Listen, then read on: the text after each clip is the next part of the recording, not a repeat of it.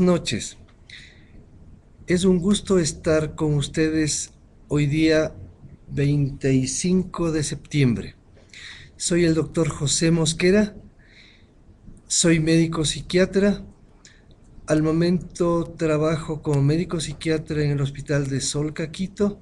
También soy docente en la Universidad Católica. El motivo de esta reunión es abordar el tema de trastornos obsesivo-compulsivos. Les invito a enviar las preguntas que contestaremos de la forma más adecuada y breve posible. Para iniciar esta charla voy a hacer una breve introducción de lo que significa el trastorno obsesivo-compulsivo. En general, este desorden está como asociado o dependiente de lo que serían los trastornos de ansiedad. Tradicionalmente ha sido considerado así. En últimas clasificaciones, debido al grupo, digamos, de síntomas clínicos específicos, a la evolución y a la respuesta que se tiene, se les ha puesto en un grupo diferente con ciertos desórdenes.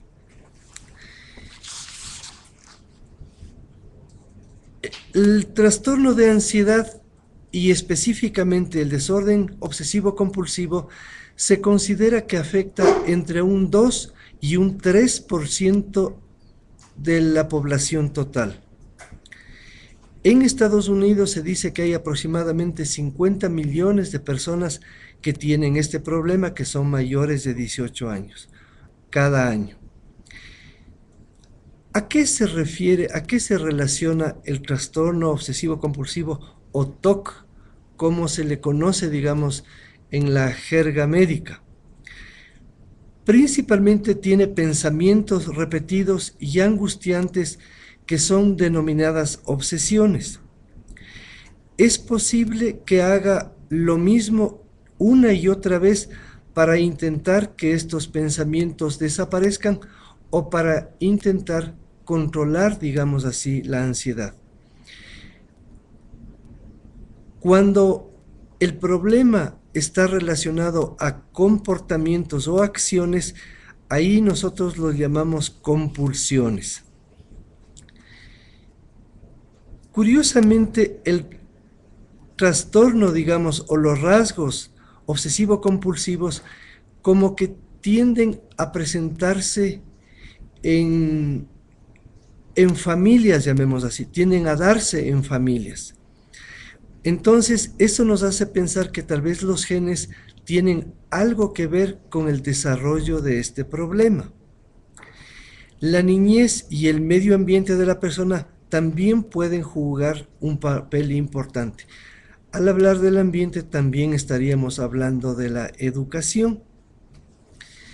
El trastorno obsesivo compulsivo a menudo comienza desde la niñez, mientras que el desorden que involucra rasgos de personalidad también, por lo general, comienza en años de la adolescencia y poco luego de cumplir los 20 años de edad.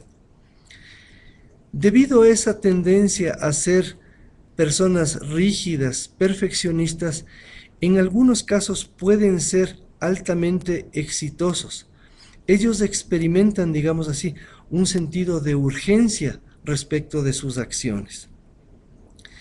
La mayoría de las personas que lo desarrollan muestran síntomas hacia los 30 años de edad. Pero por ser un problema que uno lo ve como algo íntimo, como algo personal, eso dificulta el abordaje y el tratamiento, porque la persona, como decía yo, oculta. Se demora a veces hasta 10 años en poder exteriorizar que tiene este problema. Hay varias teorías acerca de la causa de este trastorno obsesivo compulsivo, pero no hay ninguna que sea absolutamente confirmada. Como les decía, debemos pensar que hay diversos elementos que están interviniendo para que este problema se desarrolle en una persona. Debemos tomar en cuenta que trastorno obsesivo compulsivo se la considera como una enfermedad prolongada, podríamos considerarla crónica, con periodos de exacerbación de los síntomas y también periodos de mejoramiento, pero en general se la considera como un problema crónico. Cuando un paciente está siendo evaluado, generalmente por el psicólogo o el psiquiatra, el médico, por esa tendencia que tiene el paciente a ocultar estos síntomas, el médico debe hacer ciertas preguntas específicas, entre las cuales se anota que el médico siempre debe preguntar si el paciente tiene pensamientos que son repetitivos, si realiza acciones que también son repetitivas, si de alguna forma tiene cierta tendencia a guardar, digamos así, las cosas. Es importante también averiguar, como decía anteriormente, la posible carga genética, los antecedentes familiares que pudiéramos tener al respecto. Solo insistiendo, averiguando al respecto, vamos a poder detectar más tempranamente el cuadro. Como en todos los problemas médicos, mientras más pronto sea la detección, posiblemente sea más fácil el manejo del mismo.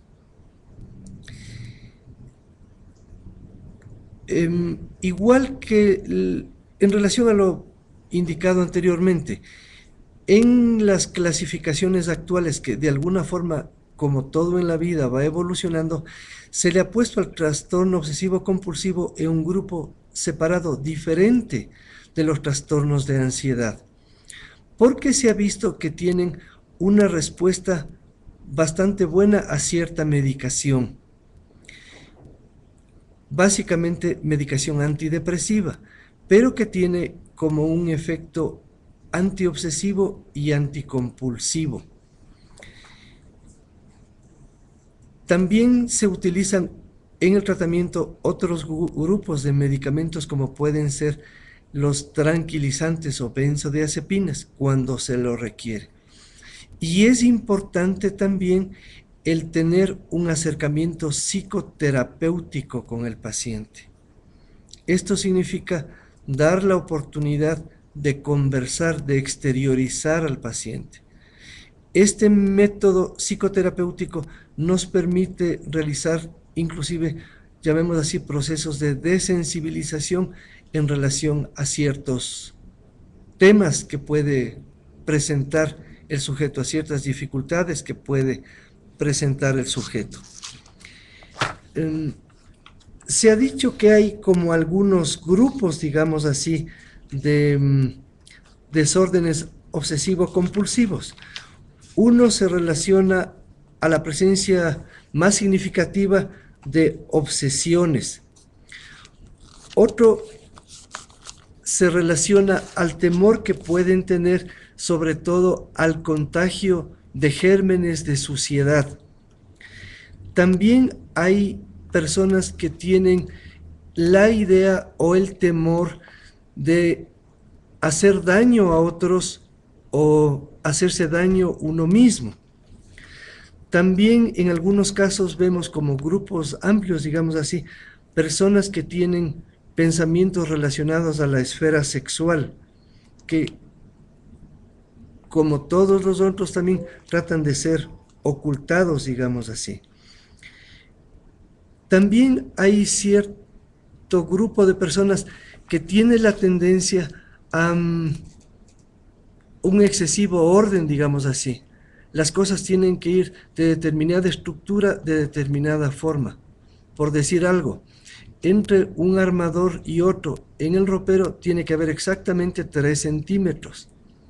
Tienen que guardar la ropa estrictamente de acuerdo al color. Se dice que para que nosotros consideramos consideremos que es un problema obsesivo compulsivo, un trastorno obsesivo compulsivo, la persona por lo menos debe ocupar, digamos, en estos asuntos los pensamientos o las acciones por lo menos 1 hora al día. Y también se dice que esta situación, esta patología que presenta, de alguna forma deteriora su calidad de vida. No le deja al paciente vivir normalmente.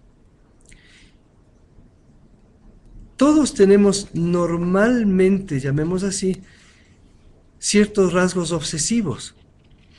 Preocuparme, dejé cerrada la puerta, cerré la llave de lavamanos, cerré la puerta del carro, pero no es con la intensidad y con la gravedad de la persona que ya tiene un trastorno. Habitualmente nosotros podemos y debemos, digamos, tener aseo de las manos. Una persona que tiene el trastorno obsesivo compulsivo, que tiene el temor, digamos así, al contagio de gérmenes o contacto de la suciedad, probablemente ande constantemente con un frasco de alcohol y se lave las manos 50, 100, 200 veces en el día, motivando más bien problemas, digamos, relacionados a la piel. Hay más posibilidad de infecciones por hongos o cualquier otro problema de piel. Otro grupo de los actualmente reconocidos es lo que en la actualidad se ve con cierta frecuencia en la televisión, los famosos acumuladores, que guardan cosas que a veces nunca sacan siquiera de la caja de lo que compraron.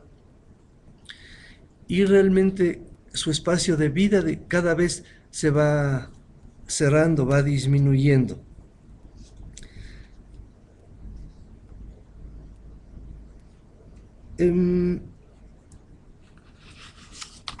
Hay también, como les decía, otro grupo de pacientes que tiene la preocupación constante por el orden, por la repetición de las cosas.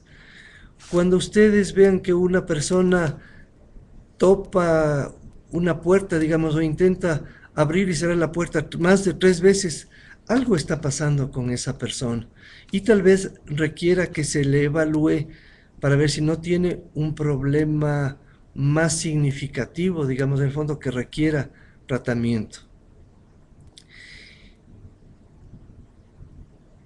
Este ha sido una presentación, digamos así, en términos generales, y esperamos que haya las inquietudes de ustedes para ir solucionando las preguntas que tengan a bien presentar. Como les decía, mi nombre es José Mosquera, soy médico psiquiatra y en este momento estamos aquí para tratar de ayudar en esas inquietudes que ustedes tengan.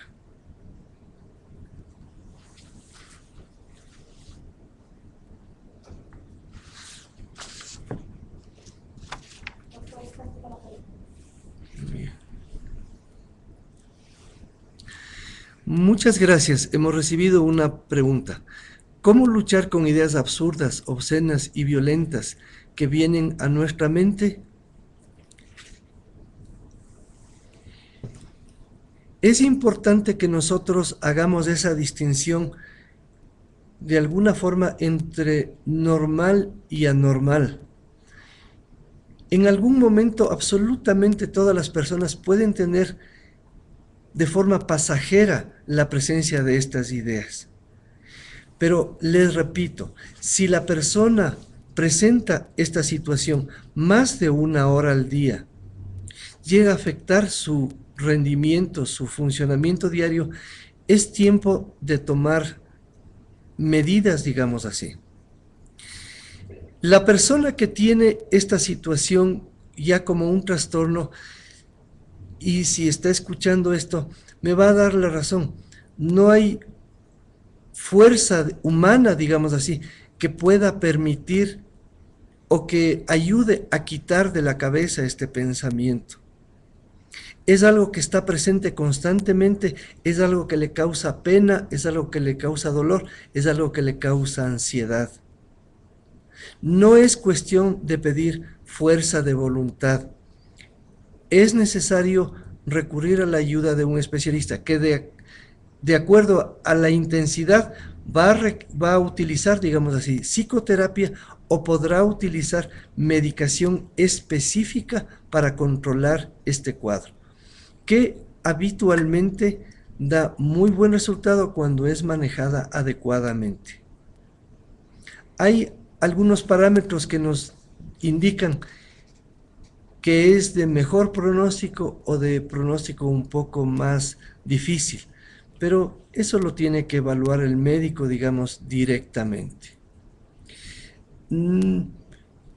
Podríamos utilizar algunos elementos distractores, pero cuando el paciente está con este cuadro franco, difícilmente va a servir ninguna distracción que ustedes intenten. Se requiere un abordaje y un manejo de parte del especialista. Ojalá haya podido solucionar esa inquietud. Me preguntan, ¿por qué aparecen imágenes en nuestra cabeza de forma involuntaria y siento que no es mío? Una característica de las ideas obsesivas es que la persona se da cuenta que es una idea absurda, se da cuenta que quiere cortar esa idea, pero también se da cuenta que no lo puede hacer y, como le decía hace un momento, motiva gran ansiedad. Pero cuando yo siento que tengo una idea que como que le están poniendo de otro lado, entonces ese ya sería otro problema. Ya vendría a transformarse en algo así como una idea delirante, digamos, o una alucinación. Siento que alguien me mete un pensamiento. El obsesivo siente que es un pensamiento propio, siente que es inmanejable, siente que le molesta. Trata con todas sus fuerzas de vencerle, pero no siempre se consigue, no, más bien dicho, casi nunca consigue hacerlo eso por ese medio, digamos así.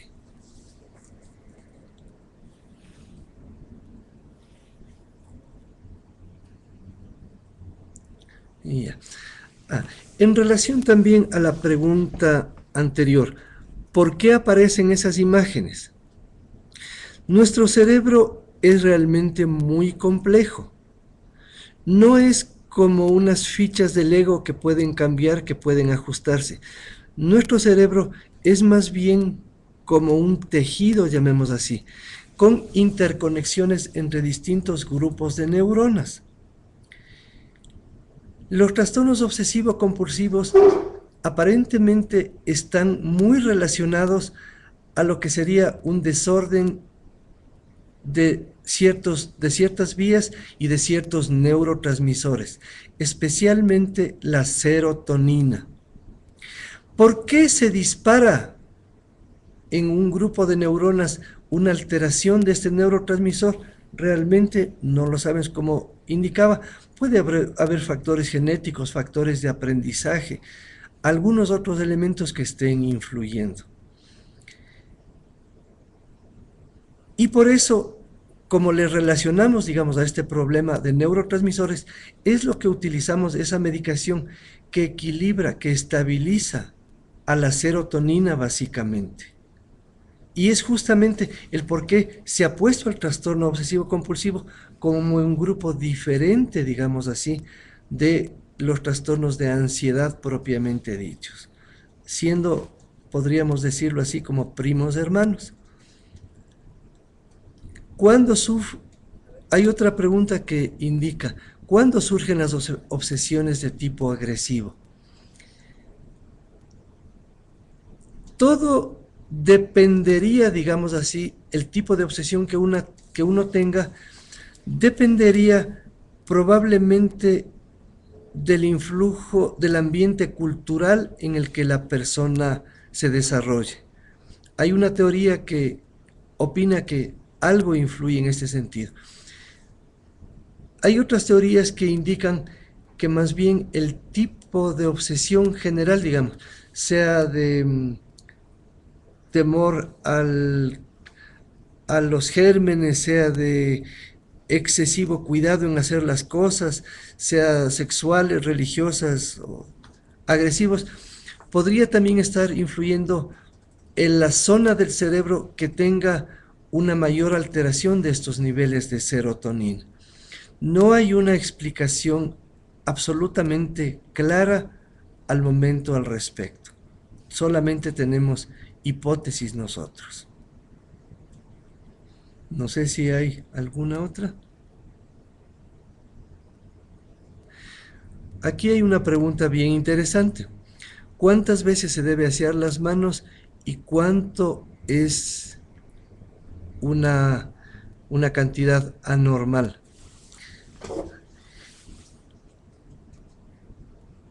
La vida nos ofrece distintas opciones, llamemos así, de vida. Y probablemente va a depender en qué circunstancias yo trabaje, yo viva y yo me desarrolle para poder hacer una recomendación. Yo no podría hacer una recomendación general. Lávese las manos 6 veces en el día.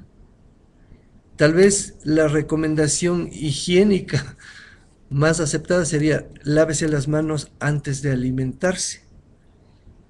Pero si usted por alguna circunstancia ha estado en contacto con algún elemento contaminado, probablemente requiera un aseo de manos extra.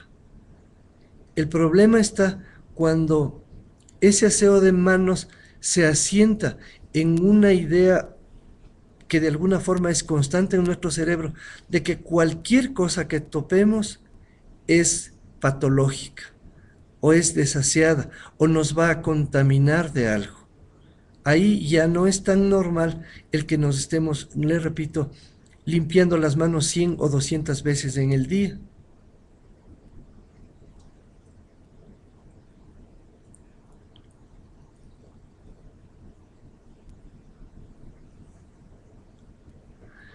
Ya.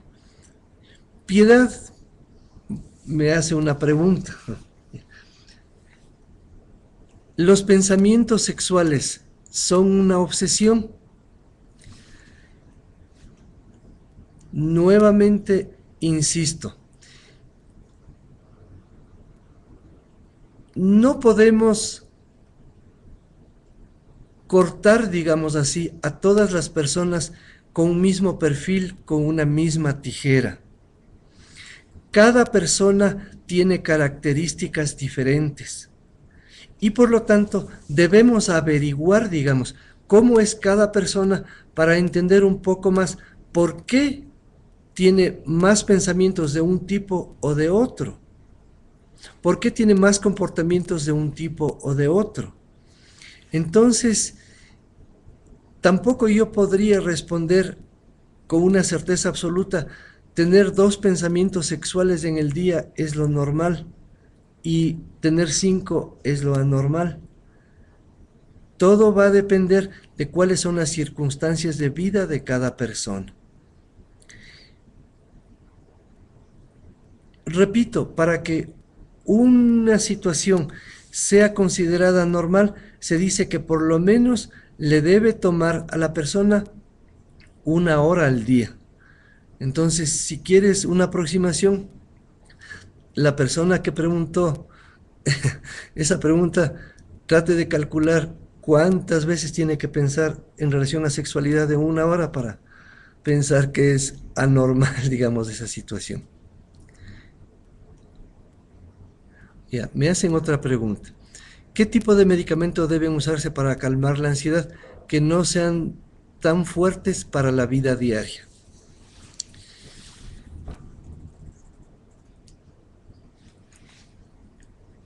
La evaluación de un paciente debe realizarse, como su nombre lo indica, individualmente. Es un error creer que lo que le sirvió al vecino me puede servir a mí. cada uno tiene una constitución diferente, tiene unos genes diferentes. Por lo que, si bien dos personas pueden tener un mismo problema, pero tal vez el medicamento que pueda requerir cada uno es diferente. No deberíamos pensar en medicamentos más fuertes o menos fuertes, porque algo que entre comillas es menos fuerte puede resultar excesivo para una persona, y algo que es muy fuerte para otra puede resultar normal para otra. Les indicaba anteriormente que a veces básicamente se utiliza medicación antidepresiva del grupo de inhibidores selectivos de recaptación de serotonina, que es la sustancia que está involucrada en este problema. Ocasionalmente podemos utilizar también los tranquilizantes, pero los tranquilizantes tienen que ser manejados por un especialista. Lo peor que uno puede hacer es automedicarse. La mayoría de personas tiene la preocupación de que si recibe un medicamento de parte de un especialista, se va a volver adicto al medicamento, lo cual no es verdad, no es cierto. La adicción generalmente se relaciona a la automedicación, a tomar lo que al vecino le sentó bien, a lo que a mi prima le sentó bien. Entonces, los medicamentos que manejamos los psiquiatras son excelentes para la resolución de este problema, sea antidepresivos, sea ansiolíticos, pero tienen que ser manejados de una manera adecuada. ¿Tener miedo es una obsesión? Es otra pregunta que me están haciendo. Todo debemos nosotros evaluar en un contexto. Habitualmente, el tener miedo, el tener temor, digamos, de las cosas, de salir de la casa, aislarse, puede estar relacionado tanto con depresión como con ansiedad, como con trastorno obsesivo compulsivo. ¿Cuál sería una característica del miedo que se relaciona a un trastorno obsesivo compulsivo? El paciente, el sujeto que lo presenta, debería tener conciencia, digamos, a ver, tener miedo de pasar por esta puerta y salir a la calle es ilógico. No hay motivo para que eso suceda, pero sin embargo lo tengo. Esa pista tendríamos para pensar que ese miedo es de tipo obsesivo. La persona tiene conciencia de lo mismo, sabe que es inadecuado, pero no sabe cómo manejar.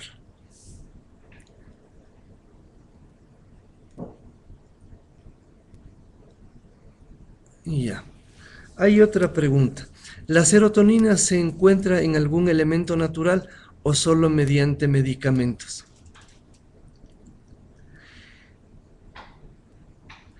Todas las sustancias que tenemos en nuestro organismo tienen algún origen externo. El asunto es que,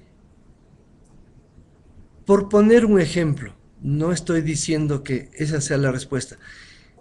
Si yo quiero llenar mi batería de serotonina, por decir algo, tendría que tomarme 5 kilos de chocolate. Tal vez no es una mala idea, pero si puedo de alguna forma facilitar ese proceso curativo, siguiendo un tratamiento por el tiempo, con la dosis adecuada, por el tiempo adecuado, la dosis adecuada, ¿por qué tengo que irme por las ramas? ¿Por qué esperar para ver si resulta o no resulta comer 5 kilos de chocolate todos los días durante 3 meses? Entonces no es del todo lógico, digamos, el siempre querer recibir de un medio natural alguna sustancia específica. La vida ya es suficientemente difícil día a día, y si podemos de alguna forma facilitar ese camino, qué mejor. Hay otra pregunta. Doctor, me niego a tener una relación amorosa, huyo, tengo miedo a ser afectada emocionalmente. Adicionalmente, ¿qué hacer cuando hay cansancio, decaimiento, tristeza, desganas, producto de la menopausia?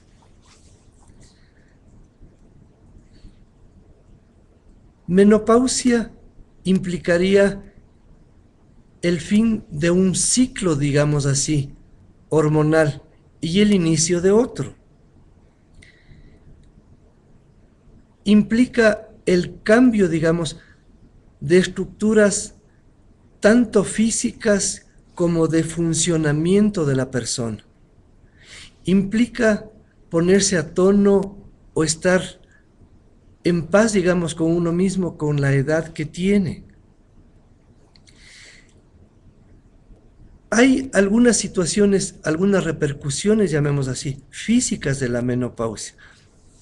¿Qué podría requerir el que se requiera cierta medicación para sustituir, digamos, lo que ya no hay?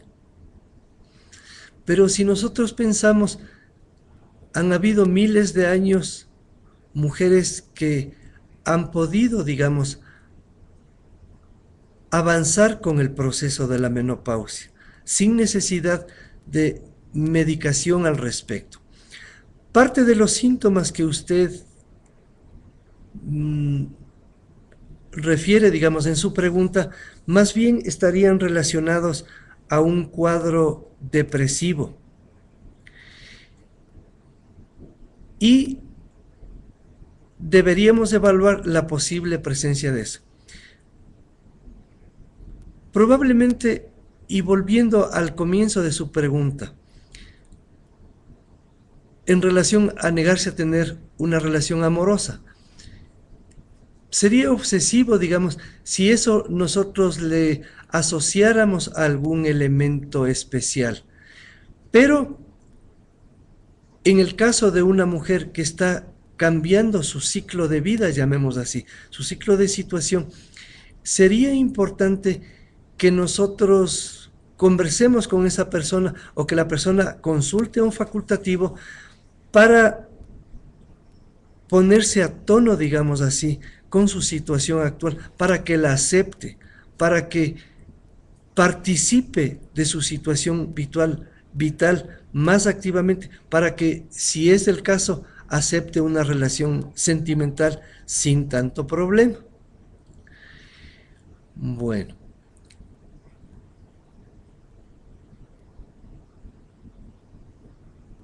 A ver, déjenme ver otro tipo.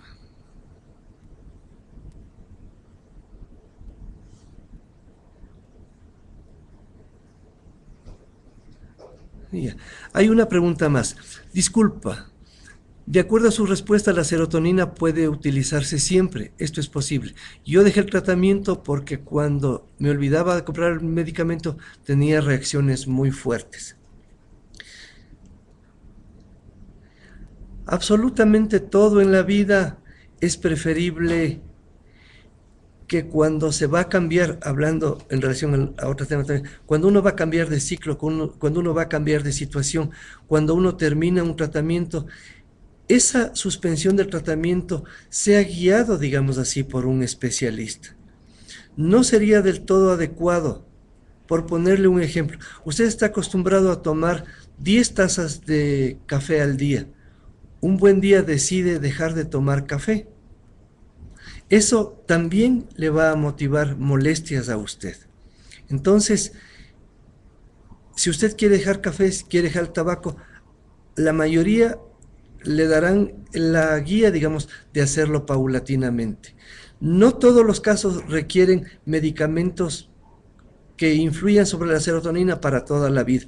En algunos casos puede ser necesario, pero en la mayoría no. Si usted iba a dejar la medicación, lo recomendable hubiera sido hacerlo asesorado por un médico. Lastimosamente creo que ya nos ha llegado el tiempo. Quisiera hacer una pregunta que va a quedar para el Facebook.